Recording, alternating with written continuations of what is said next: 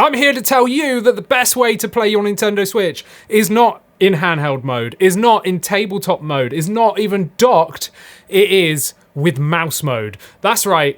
The new gimmick that Nintendo have implemented into the Switch 2 is actually my favorite way of playing games, and I almost let it pass me by. So I'm here to tell you why you shouldn't ignore it, and also to share with you my favorite accessory that makes it even better. Right, it's time for me to pay the 128 KB bills with today's totally impartial video sponsor, and it is, of course, MOBAPAD. And look, if you've managed to get your hands on a Switch 2 this Christmas, you simply cannot be carrying that thing around naked. Please don't be that guy. It's a precious piece of kit, and you do need to protect it. And this is the new MOBAPAD Switch 2 carrying case. It's rugged, it fits the new console perfectly, and it even has storage for your games. But the reason I want to talk about it today is because the price on Amazon right now is frankly broken. Starting today, they have a 30% off coupon, but if you're a Prime member, you can stack an additional 20% discount on top of that. And I probably shouldn't tell you that because it brings the price down to just $16.24 for a proper custom fit hardshell case for the Switch 2. That is absolutely madness. It is the best insurance policy you can buy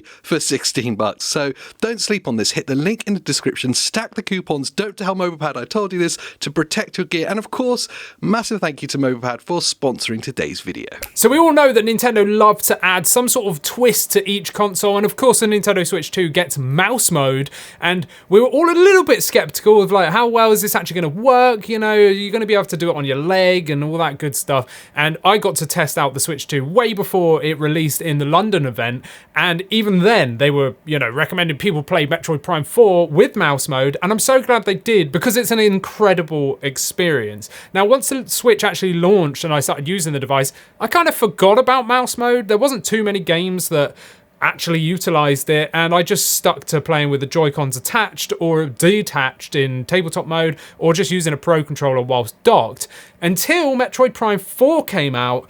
And then I was like, you know what, I need to test mouse mode again. And wow, it just changed everything for me.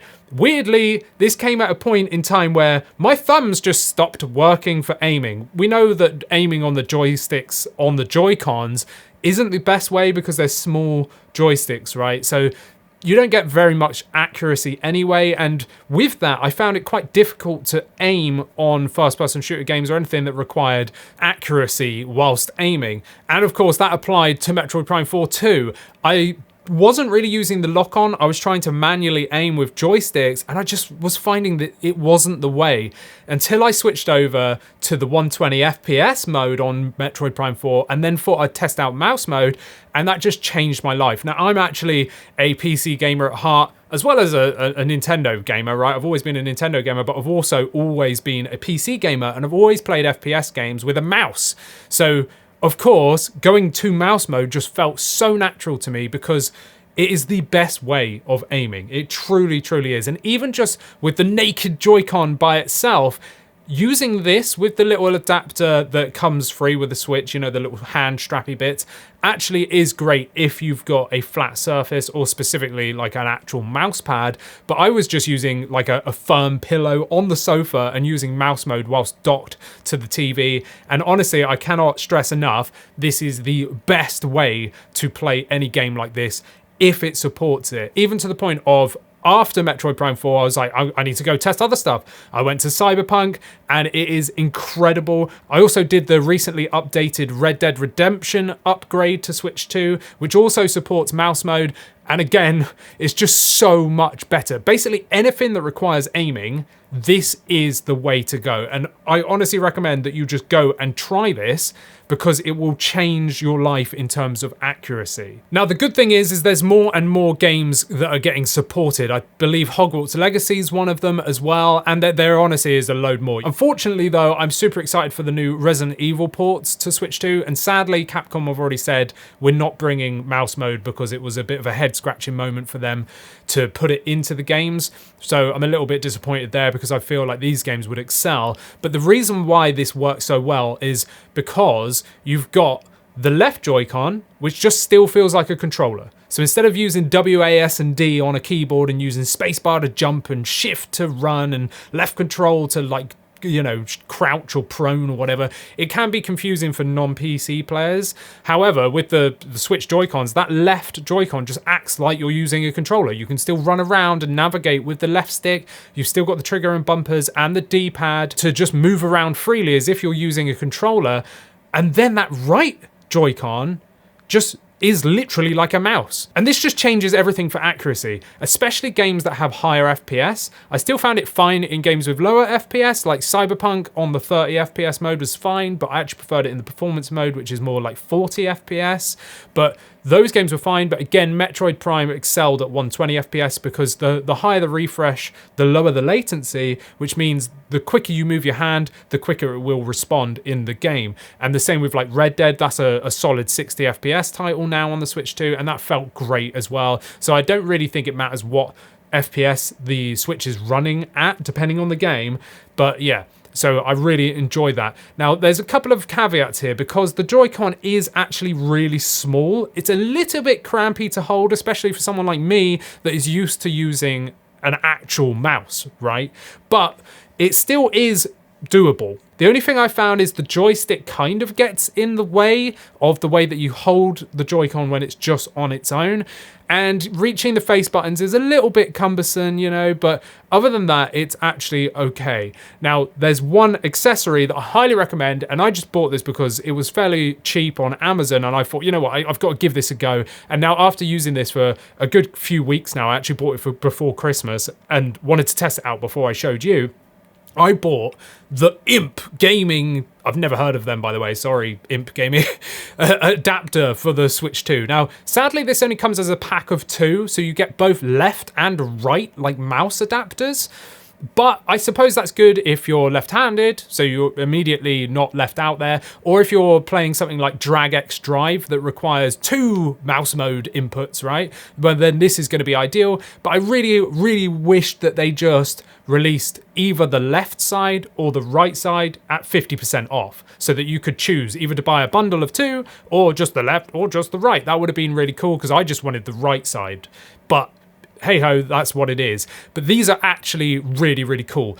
You just drop your Joy-Con into it and it turns it into a mouse, basically. These feel super premium. You've got PTFE glide pads on the bottom, just like a real mouse as well. You've even got like a little finger divot for your ring finger to sit in. So you still can do all mouse grips. If you know about PC gaming, you've got claw grip, palm grip, and fingertip grip. You can pretty much get away with all of these because the thing is so wide that you can just grip it how you want. Now, the good thing is there's like little divots on either side so that your thumb can rest there, and you can actually lift this up off of a surface relatively easily. Still has a wrist strap, which you can remove, which I'm really happy about because those really annoy me. You can also see which player indicator you are because it's got like a little pass-through thing that shows the LED light shining through it. It just feels really well made considering how cheap these are effectively.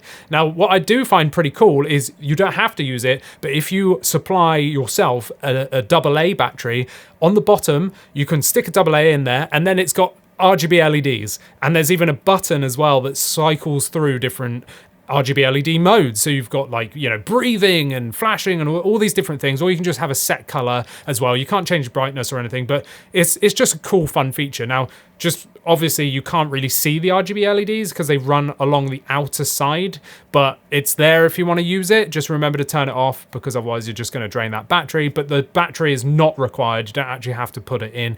And of course you can actually just get loads of different grips as well. It's just this is the one that appealed to me the most because it looked more like an actual mouse. So I'm really happy with the build quality of this thing, but the main thing is it makes it far more comfortable to use because instead of just gripping onto a tiny bit of Joy-Con, which is really thin and not very ergonomic, you are now gripping an entire mouse, and it makes it far easier to press the left bumper and the ZR as well, so R and ZR as your left and right input in mouse mode versus just using the Joy-Con on its own. Now, there is one major downside of this, for me at least, is that the Joy-Con doesn't click in, it just rests in. So if you turn the thing upside down, the Joy-Con just literally slips and falls out. kind of an oversight. I wish they just put like a very weak magnet in it so that it would just grip onto it and then you could just pull it out, or even just like a little latch with a button or something. That would have been really cool, or even just having it firm. But in use, this isn't really an issue because when you turning your hand upside down in mouse mode, you're not really, are you? It's just the only thing that I could find that was kind of annoying with this. Now, there is one thing I recommend if you're going to get these, or even just play mouse mode in Metroid Prime 4, I would actually recommend rebinding the control inputs in the game, which is super easy to do. And I found that it just makes the game a bit more playable. Again, I am a mouse user, so if you're not a mouse user, the default inputs might just seem normal to you, but for me, I want shoot, my main primary action, to be on the left click, because your index finger is more prominent than your middle finger, but in the game, it's that way round. Your like main shooting is with your middle finger, and if you want to click loads to like shoot lots of beams in Prime 4, well then you're doing it with your middle finger, and it's kind of awkward. You want that to be your left click. So in the remapping section, just swap them around. So just swap R and ZR the other way round, and then now you'll have left click be your main action, and then right click, if you want to call it that, or ZR, will be your missiles in the game. And there's one more thing I'd recommend to swap around as well, is I've swapped X and B around so that my visor is now B, because it's way easier for me to get my thumb off the little rest on this little imp mouse mode adapter thing up to B, rather than having to completely loosen my grip, move my thumb all the way up to X to press the visor button, right? Now you're probably thinking, hang on Andy, but B is jump. Don't we need B? Well, no, because by default, jump is also L. So the left bumper. So I've been using that as my default jump, and then swapping X and B around so that now B is my scan visor, and then I can just jump or double jump or whatever with L. And that has just completely fixed the game for me. It now feels really good. I don't know why they didn't do this by default, honestly. It seems a bit weird, but I highly recommend that if you're playing that game specifically. But overall then, I am so hyped for the Switch 2. I actually really want to play more games on this now versus on the Xbox or a PlayStation, or even PC with a controller, because it's just so easy. I don't need to be messing around. Games just support it by default, providing that they actually support mouse mode, right? But it's just so easy. You don't have to be messing around like on PC, where you might have to rebind loads of keyboard buttons and stuff like that. The left Joy-Con just works out of the gate, and so does the right. It's only Metroid Prime 4 where I just found the button remaps were a bit weird, but this is the way to play it. It's so much better. The only thing I really hope that we see is some sort of like mouse adapter, like mouse pad cushion for the sofa, just something small, because I recommend, if you can, get yourself like a little cushion or something like that and stick a mouse mat on it, or a hard surface, because there really isn't many things around to let you enjoy mouse mode when you're on the sofa, which is how I've actually been really enjoying it. There's PC versions that are crazy expensive. I won't even bring those up because they're too expensive to mention, right?